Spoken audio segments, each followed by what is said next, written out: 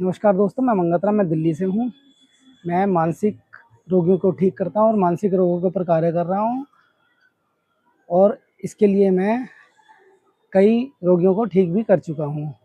और आज मैं आपको अपने डिप्रेशन की कहानी सुनाऊँगा कि मुझे कैसे डिप्रेशन हुआ, कैसे मैंने उसमें से जद्दोजहद करी निकलने के लिए और मेरे को कितना टाइम लगा इसमें से निकलने में और मुझे क्या-क्या परेशानियाँ आई और क्या-क्या डिप्रेशन के बाद मुझे फ़ील हुआ और क्या-क्या मुझे अच्छा लगा।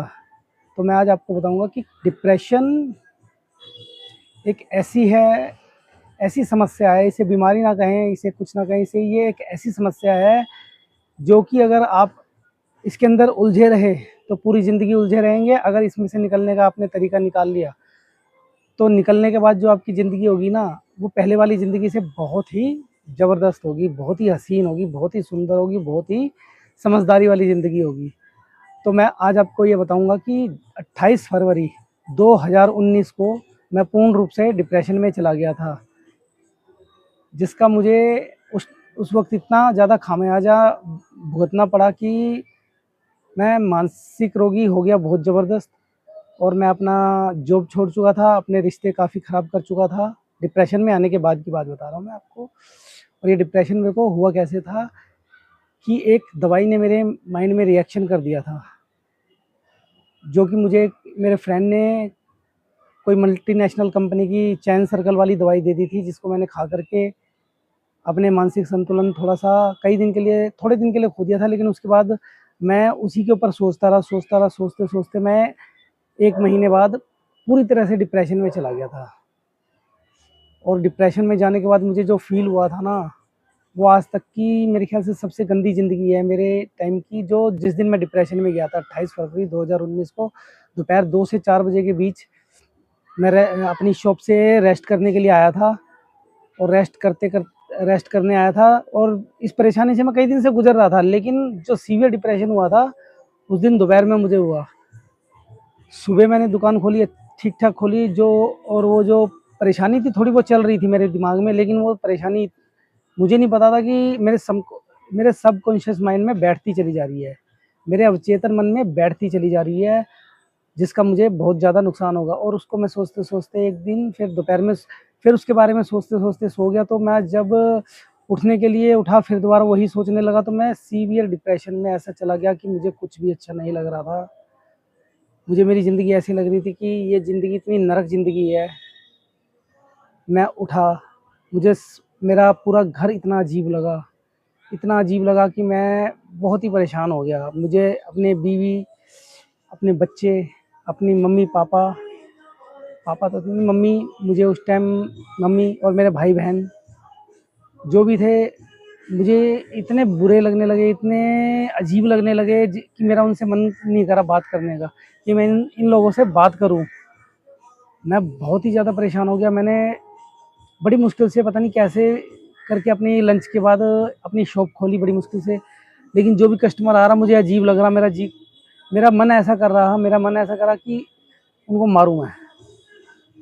मेरे अंदर चिड़चिड़ाहट, मेरे दिमाग में जो भूचाल आ रहा था, ये डिप्रेशन वाली जो सीवियर डिप्रेशन की फीलिंग है ना, सिर्फ डिप्रेशन का मरीज ही समझ सकता है जिसको डिप्रेशन हुआ है।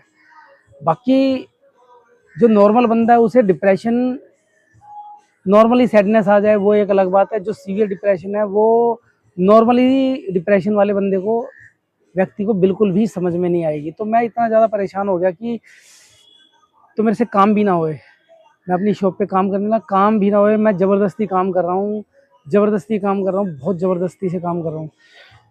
मेरे को समझ नहीं आया मैं क्या करूँ। मेरे को 2-3 दिन लग गए समझने में, 3-4 दिन की मैं सीवियर डिप्रेशन में चला गया हूँ कि इतनी गहराई से मैं मन पज़ल होया पड़ा है ऐसा। इसकी फीलिंग मैं बता रहा हूँ ना आपको कि वही बता सकते हैं जिसको ये सीवियर डिप्रेशन हुआ है। तो मैंने एक आयुर्वेदिक डॉक्टर से सलाह मांगी, तो उन्होंने मेरे को एक दवाई दी, तो उससे थोड़ा बहुत रिलीफ हुआ, नहीं हुआ वो तो मुझे नहीं लगता उससे रिलीफ हुआ था कुछ भी इतना ज़्यादा, क्योंकि वो दवाई कम से कम भी यार 1 महीना या 2 महीने खाओ, तब तो वो कोई भी मानसिक बीमारी की, कोई भी डिप्रेशन, एंग्जायटी, फोबिया, कोई भी दवाई है 15-20 दिन बाद तो असर शुरू करती है, 1 महीने में उसका कुछ पता चलता है। लेकिन मैं इतना परेशान हो गया था कि मुझे समझ ही नहीं आ रहा था कि मैं क्या करूँ अभी, है ना। फिर मैं साइकियाट्रिक के पास गया, साइकियाट्रिक ने मुझे दवाई दी। तो मैंने उनसे पूछा कि क्या ये परेशानी ख़त्म हो सकती है? ये जो मेरे मन में चल रही है, जो आपको आप तो इसके जानकार हो अच्छी तरह से, आप क्या ये परेशानी मेरे मन से निकल सकती है? ये जो मेरे को जो अंदर भूचाल आया हुआ है, मेरे जो डिप्रेशन की फीलिंग आई हुई है, ये फीलिंग ख़त्म हो सकती है? ये एहसास है, जो एहसास होता है ना, इतना गंदा हो जाता है ना, बहुत ज़्यादा गंदा हो जाता है। तो डॉक्टर ने कहा ये आपको दवाई खानी ही पड़ेगी, इसके बिना कुछ नहीं हो सकता। वो उन्होंने औरों का एग्ज़ाम्पल दिया जो और बाहर पेशेंट बैठे हुए थे कि वो भी सालों से खा रहे हैं और बस महीने में एक बार ले जाते तो पूरा महीना उनका सही से निकल जाता है। मैंने कहा लेकिन मेरे को नहीं लगता कि इससे जो नॉर्मल लाइफ है वो होगी।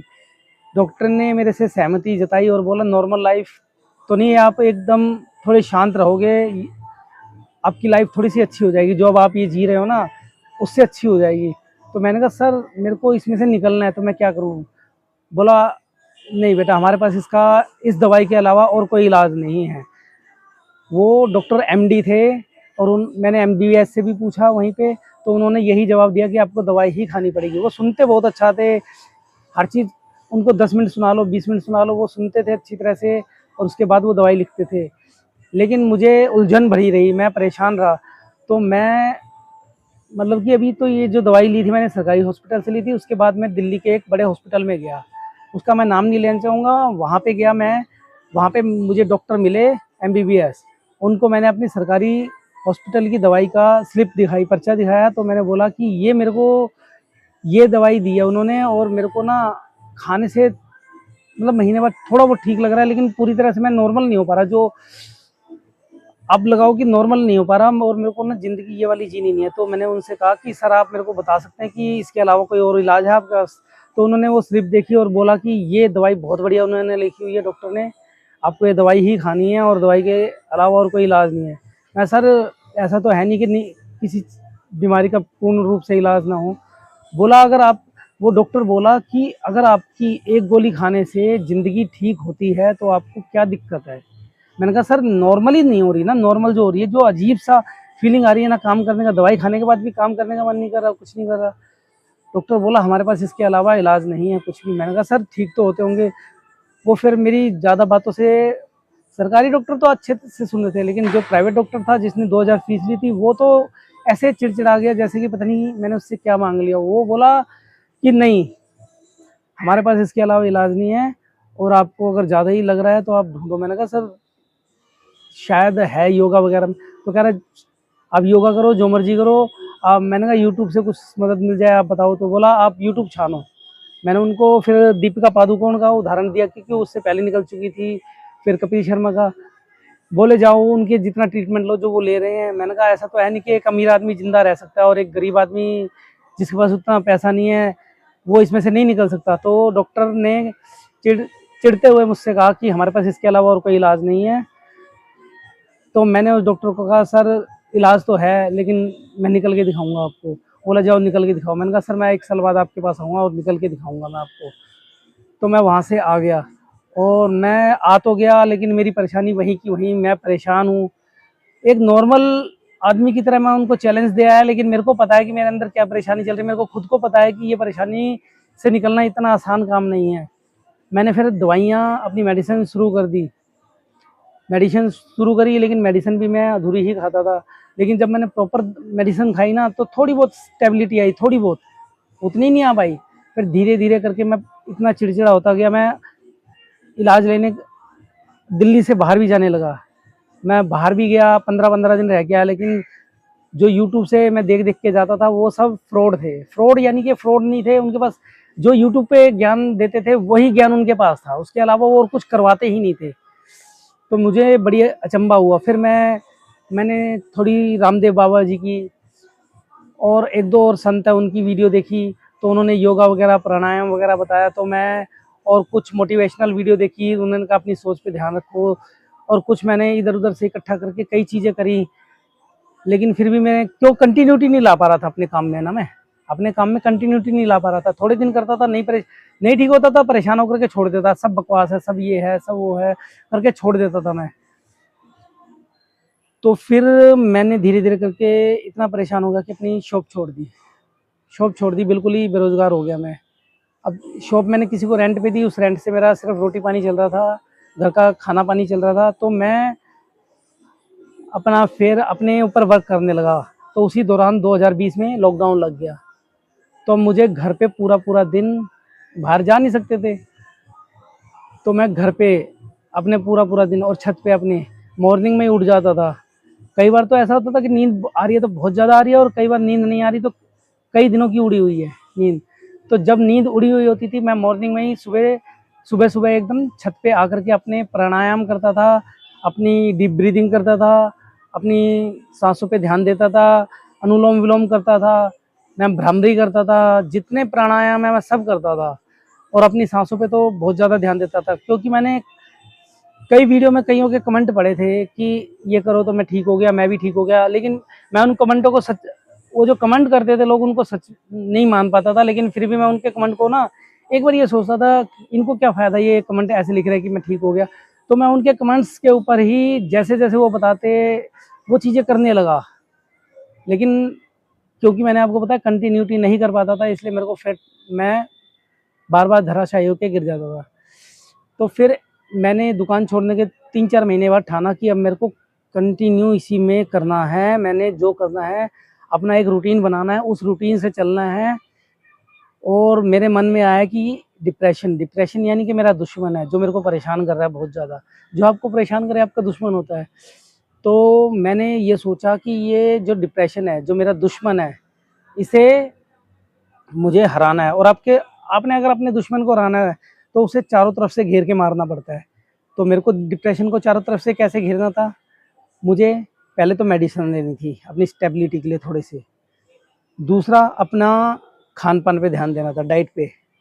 तीसरा, अपना योगा प्राणायाम जो भी करना था ये करना था, अपने शरीर पे ध्यान देना। चौथा, अपनी सोच अच्छी रखनी थी, हर समय पॉजिटिव सोचना था। मैंने दृढ़ निश्चय किया कि ये चीज़ें कंटिन्यू करूँगा मैं। और मैं मॉर्निंग में उठता योगा अपने बारे में, पहले तो मॉर्निंग में उठते ही मैं अपने बारे में अच्छा अच्छा बोलता, 10 मिनट अफर्मेशन जिसे बोलते हैं, अपने बारे में बहुत अच्छा अच्छा बोलता। फिर मैं उठ के जाता, छत पे जाता, तो मैं सूर्य देव जो उग रहे होते थे उनको देखता 10 मिनट। फिर उसके बाद 10 मिनट के बाद मैं अपना एक से 1.5 घंटा मैं प्राणायाम करता। प्राणायाम करने के बाद फिर उसके बाद मैं अपने इधर आसपास में जो पेड़ होते थे उनके पास चला जाता था। पेड़ों पे छोटे मोटे पार्क है जहाँ पे जा सकते थे आप, तो वहाँ पे चला जाता था। वहाँ पे उन पेड़ों के पास जा करके अपनी उनसे बातें करता था, जैसे मैं किसी इंसान से बात कर रहा हूँ। उनसे मैं लिपट के रोता था, उनको कहता था आप मेरी ये नेगेटिविटी ले लो, आप तो इसे अर्थ कर दोगे ज़मीन में, आप इसे नष्ट कर दोगे, आप मुझे अपनी पॉजिटिविटी दे दो, अपनी हरियाली दे दो, अपनी जो आपके अंदर जो ये खुशी है, आप खुशी से लहरा रहे हो, ये मेरे को दे दो। तो मैं ये कंटिन्यू कई महीने, लगभग 2-3 महीने तक करा मैंने। तो मेरे में थोड़ी सी स्टेबिलिटी आनी शुरू हुई। और मैंने अपनी सांसों पे इतना ज़्यादा ध्यान दिया कि डीप ब्रीदिंग मैंने कई तरह की करी है। डीप ब्रीदिंग 4-5 तरह की होती है, सभी तरह की करी है। एक तो नाक से लो और नाक से ही छोड़ो, और एक नाक से लो और मुंह से छोड़ो, और एक लो और जल्दी जल्दी लो और जल्दी छोड़ो, और एक होता है तो लो और होल्ड करके फिर छोड़ो। इस तरह कई तरह की डीप ब्रीदिंग करी है। अपनी सोच पे ध्यान दिया, अपनी डाइट पे ध्यान दिया, फिर कुछ मेडिसिन खाई। तो मैंने धीरे धीरे पहले करके, जब मैं थोड़ा स्टेबल हुआ तो धीरे धीरे करके, पहले मेरे को जो मैंने गलती करी वो करनी तो नहीं चाहिए, लेकिन मैंने कर दी थी कि पहले अपनी दवाई छोड़ी मैंने, बिना किसी डॉक्टर की सलाह के अपनी दवाई छोड़ दी। मैंने कहा मैं थोड़ा सा स्टेबल हो गया हूँ। हाँ, मेरे को दवाई छोड़ने के 2-4 दिन मेरे को परेशानी थोड़ी सी हुई, लेकिन मैंने कहा अब दवाई नहीं खाऊंगा, अपना जो रूटीन है वो करूँगा, डाइट करूँगा, योगा प्राणायाम करूँगा और अपनी सोच के ऊपर पूरा ध्यान रखूँगा। तो इसको मैंने कंटिन्यू रखा 1-2 महीने तक। तो मैं बिल्कुल धीरे धीरे करके, मुझे पता भी नहीं चला कि कब मैं इसमें से निकल गया। हाँ, बीच बीच में मेरा हौसला डावाडोल होता था, बहुत ज़्यादा परेशान होता था मैं। मेरा हौसला इतना ज़्यादा डावाडोल होता था, मैं बहुत परेशान हो जाता था, लेकिन मैंने दृढ़ निश्चय कर रखा था, तो मैं इसके ऊपर लगा रहा। हाँ, मेरे को लगभग अपने इस डिप्रेशन से निकलने में 1.5 से 2 साल लग गए, वो मेरी गलतियों की वजह से, क्योंकि मैं दृढ़ निश्चय से लगा नहीं उसके ऊपर। और जब मैं दृढ़ निश्चय से अपना मैंने वर्क पूरा करा, जो मैंने आपको बताया, खाना पीना, सोच और एक्सरसाइज, ये जो भी है मेडिसिन, ये सब करा, तो मैं धीरे धीरे इसमें से निकल गया। फिर मैंने इसमें से लगभग 80 से 90% निकल चुका था। थोड़ा बहुत हल्की बहुत दिक्कत थी, तो मैंने अपनी शॉप वापस ले ली। जिनको दी थी उन्होंने मेरे को वापस दे दी, बोले आप ले लो, हम यहाँ पे नहीं जम पा रहे हैं। तो मैंने कहा मैं तो इतने सालों से कर रहा हूँ, मैं 20 सालों से कर रहा हूँ, मैं तो जमा लूँगा, मेरे को कोई दिक्कत नहीं। मेरे को बड़ी खुशी हुई, मैं शॉप ली और शॉप लेते ही मैं 15 से 20 दिन, लगभग 1 महीने, मैक्सिमम 1 महीने में पूर्ण रूप से डिप्रेशन से छुटकारा मिल गया और मेरी खुशी का कोई ठिकाने नहीं रहा। दोस्तों, मैं आपसे सिर्फ ये कहानी इसलिए बताई है कि आप अगर डिप्रेशन में, एंग्जाइटी में, फोबिया में, ओसीडी में है या बाइपोलर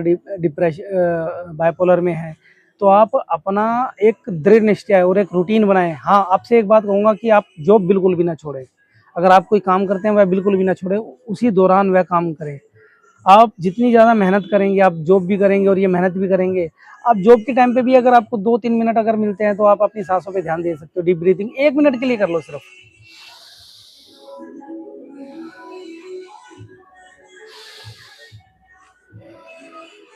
इस तरह कोई सी भी है, डीप ब्रीथिंग 1 मिनट के लिए कर लो सिर्फ। जब टाइम मिले 1-1 मिनट के लिए कर लो। अगर 5 मिनट का टाइम मिले 5 मिनट कर लो, 2 मिनट का टाइम मिले 2 मिनट कर लो। आप दिन में जितनी बार आपको टाइम मिले ये करो। आप और चीज़ नहीं कर सकते, ये करो। और सुबह सुबह 10 से 15 मिनट अनुलोम विलोम जरूर करो। और अपनी सोच हमेशा अच्छी रखो, अपने बारे में और दूसरे के बारे में। दूसरे के बारे में भी बहुत ज़रूरी सोच अच्छी है। और इसका पूरा कोर्स मेरे पास है। मैं ये नहीं कह रहा कि मैं आपको कोर्स बेच रहा हूँ। अगर किसी भाई को मेरी थोड़ी बहुत हेल्प चाहिए, 1-2 बार कॉल करके मुझे कॉल कर सकता है। ये जो नंबर स्क्रीन पे चल रहा है, इस नंबर को आप सेव कर लीजिए।